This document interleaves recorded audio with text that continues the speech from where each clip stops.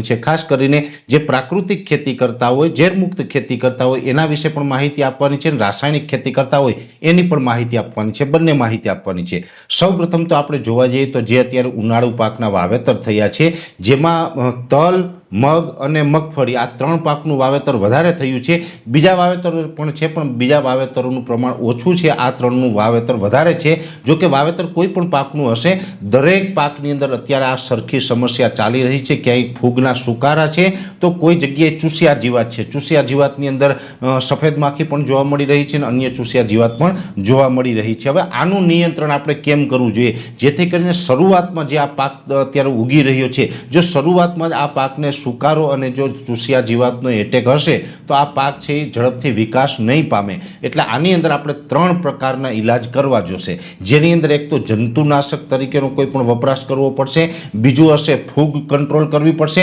અને ત્રીજું આપણે વિકાસ માટે સારો ઈલાજ કરવો જોઈએ। હવે આ ત્રણેયની અંદર સૌપ્રથમ તો આપણે પ્રાકૃતિક ખેતી કરતા હોય કે ઝેરમુક્ત ખેતી કરતા હોય એની વાત લઈ લઈએ। જો પહેલી વાત તો એ છે કે ઘણી વખત આપણે ફૂગનાશક તરીકે ચોમાસું હોય કે શિયાળો હોય ત્યારે આપણે સુડોમોનાસ છે અથવા તો જે ટ્રાઇકોડર્મા છે બેક્ટેરિયાનો વપરાશ કરતા હોય, પણ ઉનાળા દરમિયાન આપણે એ નથી કરી શકતા, કેમ કે અત્યારે તાપમાન છે 30 ડિગ્રી કરતાં વધારે હોય, એટલે ઊંચું તાપમાન હોય ત્યારે આપણે બેક્ટેરિયાનો વપરાશ ન કરી શકીએ અને માની લઈએ કે કરીએ છીએ તો એનું પરિણામ પણ ન મળે।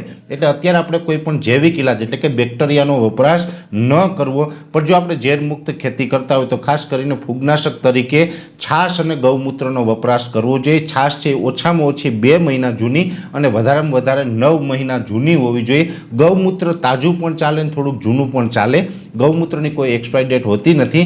ગૌમૂત્રને છાશ છે એક પંપમાં 500 ml નાખી અને છંટકાવ કરવો, જેનાથી આપણે ફૂગને નિયંત્રણમાં રાખી શકીએ છીએ। જીવાત માટે એની અંદર પંચપર્ણી અર્ક, અમે 5 વનસ્પતિના અર્ક વિશે ઘણી વખત માહિતી આપી ચૂક્યા છે। પંચપર્ણી અર્ક છે એ જીવાત માટે વાપરી શકાય અને પાકના ગ્રોથ માટે, એનો જે વિકાસ થાય એના માટે એક પંપમાં 250 ml દૂધ અને 100 ગ્રામ ગોળ। દૂધ છે એ ગાયનું જ હોવું જોઈએ અને ગોળ છે એ કેમિકલ વગરનો જે કાળો ગોળ આવે છે દેશી, એ ગોળ હોવું જોઈએ। એટલે ગૌમૂત્ર, છાશ અને એની સાથે આપણે પંચપર્ણી અર્ક આ બંનેનો છંટકાવ પહેલાં કરી દેવાનો।